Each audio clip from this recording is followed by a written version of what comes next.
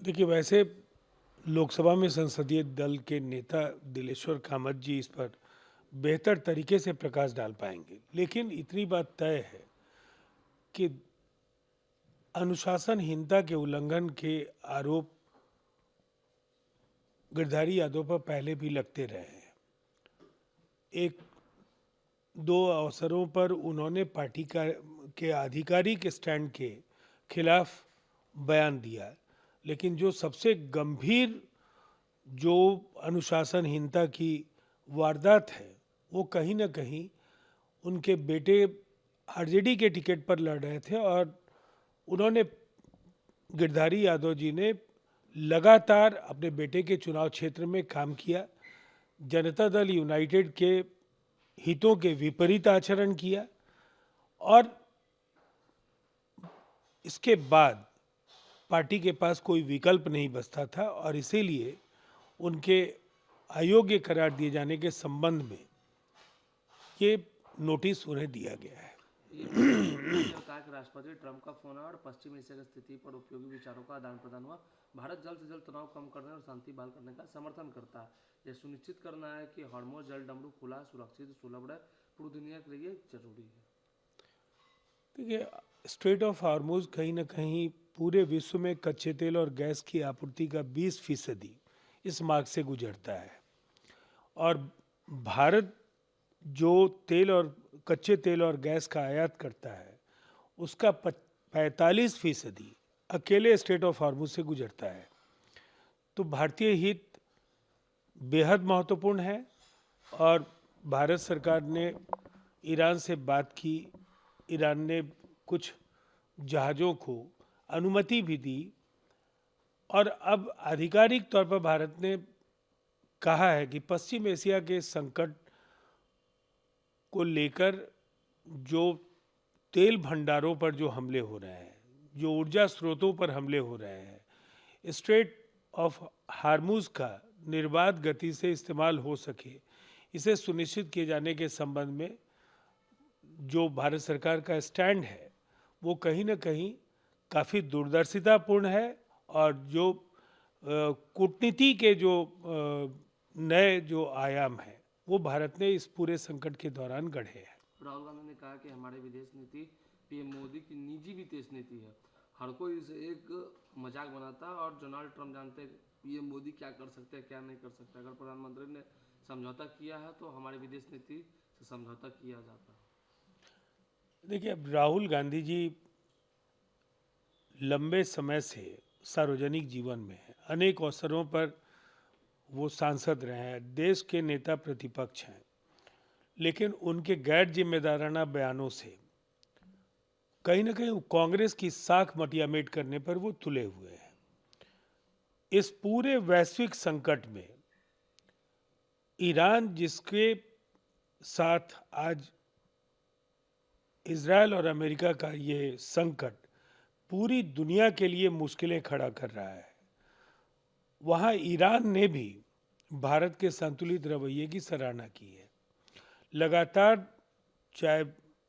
दोनों पक्ष हों जिनके बीच का ये द्वंद्व है,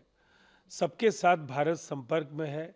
जो तटस्थ राष्ट्र हैं वहाँ भी भारत के कूटनीतिक प्रयास जारी हैं और इस वैश्विक संकट में भारत एक ऐसी स्थिति में है जो किसी पक्ष के साथ नहीं है, लेकिन उसकी स्वीकार्यता दोनों ही पक्षों के लिए समान रूप से बेहद महत्वपूर्ण है और यही भारतीय कूटनीति की सबसे बड़ी जीत है। बीजेपी सांसद राजू बिस्ता पश्चिम बंगाल में उन्होंने ये कहा कि जहाँ तक एसआईआर की बात है, आज 12 से ज़्यादा राज्यों में हो रहा है लेकिन ऐसा कहीं कोई समस्या नहीं। लेकिन सिर्फ और सिर्फ पश्चिम बंगाल में इतनी समस्या क्यों रही, इसके सबसे बड़ा कारण है पश्चिम बंगाल की टीएमसी सरकार घुसपैठी और रोहिंग्या को बचाना चाहती है। देखिए, पश्चिम बंगाल की सरकार और टीएमसी पार्टी एसआईआर के रास्ते में जो रुकावटें लगातार डाल रहे हैं, इतनी बात तय है कि उन्हें जमीनी आकलन का एहसास है कि साख खत्म हो चुकी है टीएमसी की। अराजकता, भ्रष्टाचार और जिस तरह से वहाँ कानून व्यवस्था की बदहाली की तस्वीरें हैं, ममता जी की वापसी कतई संभव नहीं है और इसीलिए वो एसआईआर के जरिए वो अपनी खुन्नस निकाल रही हैं। तेजस्वी यादव है, उन्होंने नीतीश कुमार को राज्यसभा जाने पर ये कहा है कि नीतीश जी की आने की इच्छा तो नहीं है, लेकिन बीजेपी इनको समाप्त करना चाहती है, बीजेपी जेडीयू को भी समाप्त कर देगी, तेजस्वी यादव बोल रहे हैं।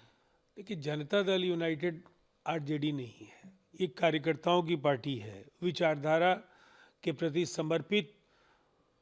जो जमीनी कार्यकर्ता हैं, उन्होंने बिहार के मुख्यमंत्री और जनता दल यूनाइटेड के राष्ट्रीय अध्यक्ष नीतीश कुमार जी के नेतृत्व में, उनके मार्गदर्शन में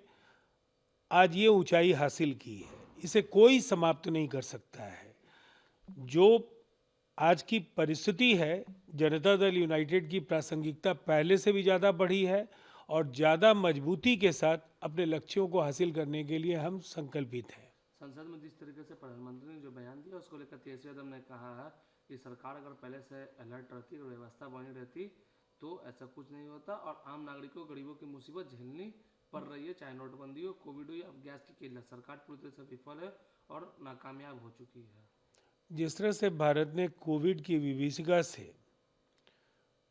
निपटने में अपने अद्भुत प्रबंध कौशल का प्रयोग किया, दुनिया के तमाम मुल्कों में जिस तरह की कठिनाइयां थी, उसके मुकाबले दुश्वारियां भारत में भी थी, लेकिन भारत ने बेहतर प्रबंधन किया। इस बार भी पूरी दुनिया आज पश्चिम एशिया के संकट की वजह से जो उभर रही परिस्थितियां हैं, उसका नुकसान झेल रही हैं, लेकिन भारत ने अपने चातुर्य भरे फैसले, अपने कूटनीतिक प्रयासों, अपने प्रबंधकीय क्षमता के जरिए इस पूरे संकट से भारत को उस हद तक प्रभावित नहीं होने दिया है जो दुनिया के बाकी मुल्कों को झेलना पड़ रहा है। आज सर्वदलीय बैठक भी बुलाई गई है। ये विपक्ष को करारा जवाब भी है। लगातार प्रधानमंत्री नरेंद्र मोदी जी पर विपक्ष के हमले हो रहे थे, लेकिन इस दौरान भारत ने मंत्रिमंडलीय समूह का गठन किया।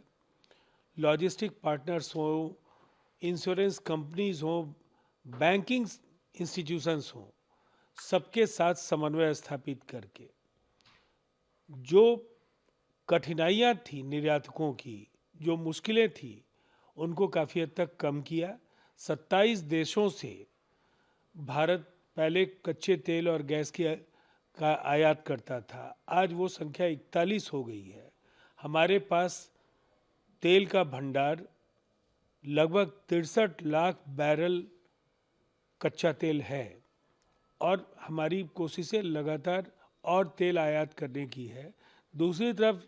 पश्चिम एशिया संकट को